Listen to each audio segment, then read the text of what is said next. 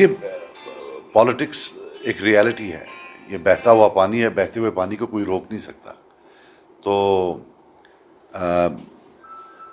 मुझे लगता है कि बहुत अच्छी बात है, लोग बाहर आ रहे हैं, लोग बात करें। मुझे लगता है लोग बहुत ज़्यादा मिस कर रहे हैं पब्लिक, ये जो गवर्नमेंट है, पॉपुलर गवर्नमेंट को बहुत ज़्यादा मिस कर रहे हैं।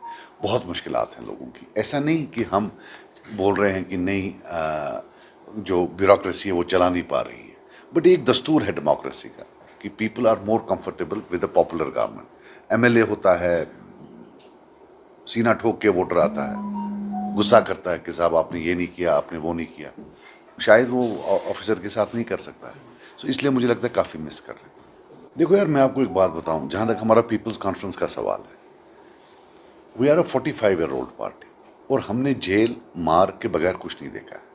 हमारे वर्कर्स, अगर आपको मैं लिस्ट दिखाऊं, 700 से 800 वर्कर जिनको पीएसए में बंद किया गया, हजारों मर भी गए, मार दिया, गोली से मरे, मार पिटाई हुई, 2 लीडर तो हमारे जेल में मर गए। सो ऐसा नहीं है कि हम कोई एस्टेब्लिशमेंट की पार्टी है। एस्टेब्लिशमेंट की यहाँ 2 पार्टियां हैं, उसमें नेशनल कॉन्फ्रेंस भी एक पार्टी है, पीडीपी है, सबको पता है। एक 2002 में बनी, दूसरी पहले, एक नेशनल कॉन्फ्रेंस तो पहले कार्डर बेस्ड पार्टी थी, लेकिन 96 के बाद ये भी एक एस्टेब्लिशमेंट की पार्टी थी। तो हमने हमेशा मार देखी और मैक्सिमम मार हमने एनसी के हाथों देखी। मैक्सिमम मार जो हमें पड़ी है वो एनसी के हाथों पड़ी है। तो मुझे हंसी भी आती है कि जिन लोगों ने 10-10 साल जेल में निकाला, जिन लोगों को मार पड़ी है आज तक, आज जो एस्टेब्लिशमेंट का लाडला वो अब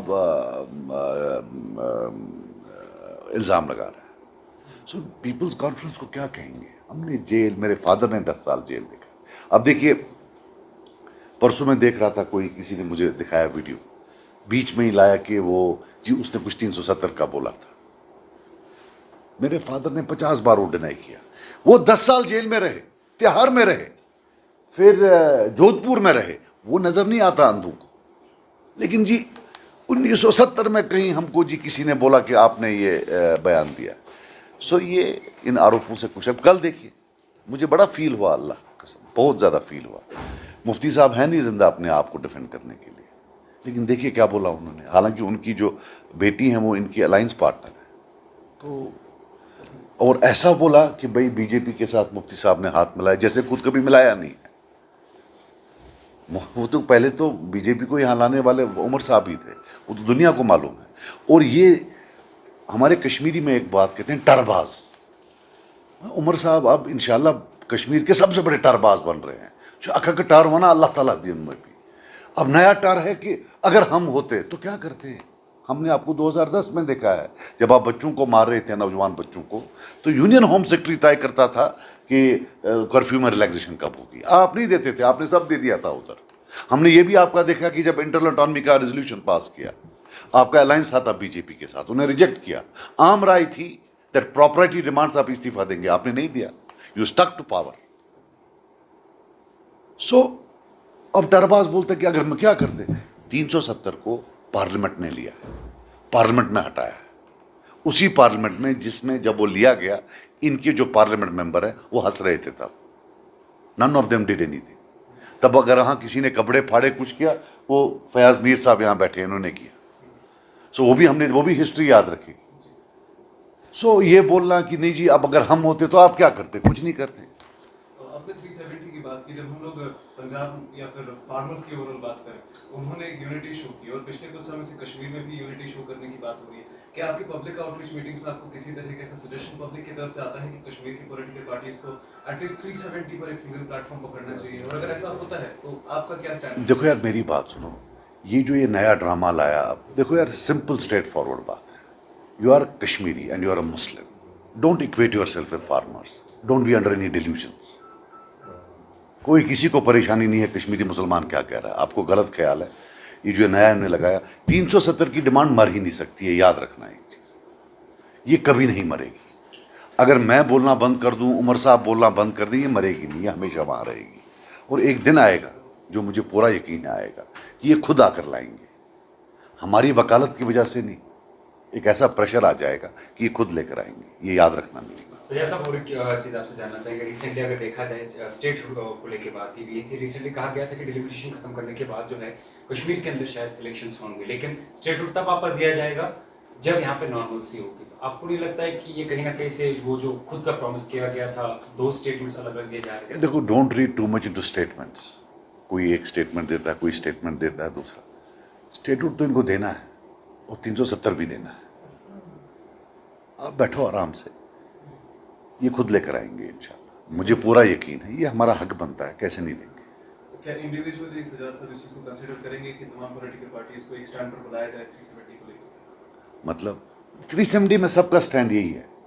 देखो, 370 या पार्लियामेंट में मिलेगा या अदालत में मिलेगा, और या सब्जी की दुकान पर तो नहीं मिलेगा, ये याद रखना।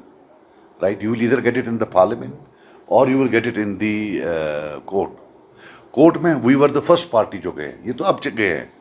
जब हम जेल में ही थे तब हमारे बाहर थे ये अदनान साहब, इनने जाकर पहले जो पॉलिटिकल पार्टीज में पहले हम गए। We will fight it there. जहाँ तक पार्लियामेंट का सवाल है, we have to convince the party. जब तक ये बीजेपी ये तो नहीं देंगे, इसके बाद देखो क्या करता है अल्लाह, कौन सी पार्टी आएगी। ये तो उम्र पर रहेंगे नहीं। आप पहले पीएचडी के पार्टनर थे, पार्ट एस्टैब्लिशमेंट। क्या अभी आप in your future looking back to get into PhD again? नहीं यार, मेरा नहीं बनता है उनके साथ। देखो ना, अभी उमर साहब और मैडम इकट्ठे उनके साथ होती है, ये अलग बात है कि मैडम को मजबूरी होगी इनके साथ बैठना। But should he have done it, जो कल किया। उसका अलायंस पार्टनर था, तो उनको गाली देने की क्या ज़रूरत थी।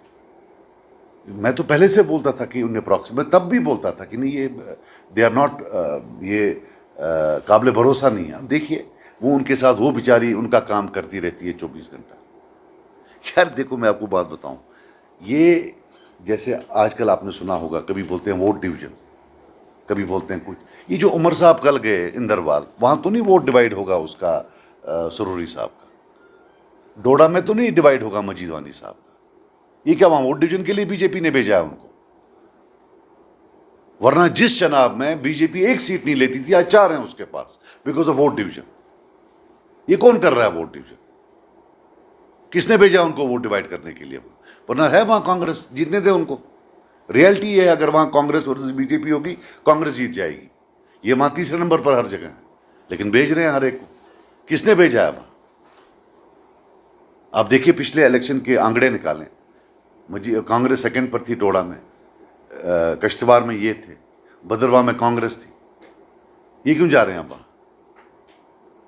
तो ये सारी बातें, ये बातें करना। परसों मैडम बोल रही थी कि ये जी प्रॉक्सी, ये जी कुछ। देखो एक चीज़ सुनो यार, अनफॉर्चुनेटली आप सब नौजवान हो, लेकिन मैं आपसे रिक्वेस्ट करूंगा, थोड़ा पढ़ा करो। यहाँ वोट कुछ पार्टियों का था। 1977 में शेख साहब आए। शेख साहब बहुत कदावर लीडर थे, मानना पड़ेगा, हमें डिसएग्रीमेंट्स हो। प्री 87 ईरा में नेशनल कॉन्फ्रेंस और फिर शेख साहब बहुत स्ट्रांग थे। 77 में वो आए, सिर्फ 3 बंदे जीते। एक लोन साहब जीते, गिलानी साहब जीते और काबली साहब जीते।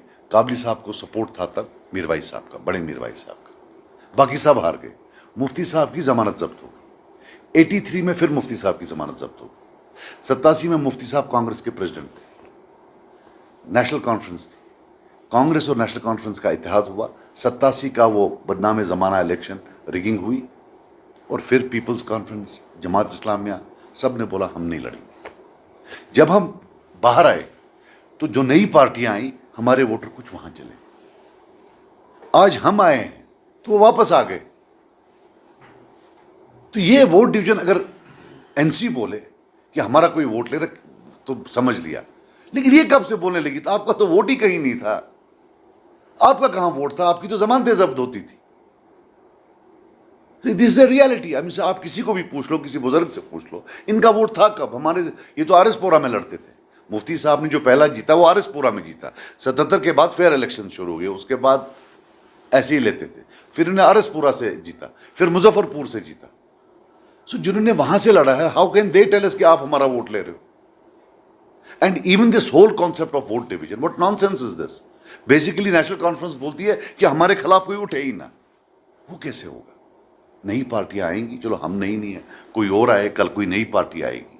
सो this whole is a democratic spirit. मैं जब बोल रहा था अभी आपको ये चुनाव क्या करने गए हैं, सो ये मैं एक सटायरिकल वे में बोल रहा था कि फिर इनको चुनाव नहीं जाना है। अब जम्मू में देखिए, why should they fight in Jammu? They should allow Congress to win there, they should withdraw all their candidates. You can't have one law in Jammu and one law in Kashmir. यहाँ क्या, ये जब वोट डिवीजन की बात कर रहे हैं, यहाँ तो बीजेपी कहीं जीतेगी ही नहीं, सो वोट कहाँ डिवाइड होगा? यहाँ तो कश्मीरी पार्टियां ही जीतेंगी। तो ये जो नया नॉनसेंस उन्होंने शुरू किया है, एज आई सेड, दे टरबाज जो दो रोज टर मारते हैं, तंग आ गए, हम भी सुनते हैं। सो ये मैं आपको बता रहा हूँ कि ये टर वर नहीं चलेंगे, लोगों को पता है, आंकड़े निकालें, बाकी चीज़ निकालें, they can have a look at it.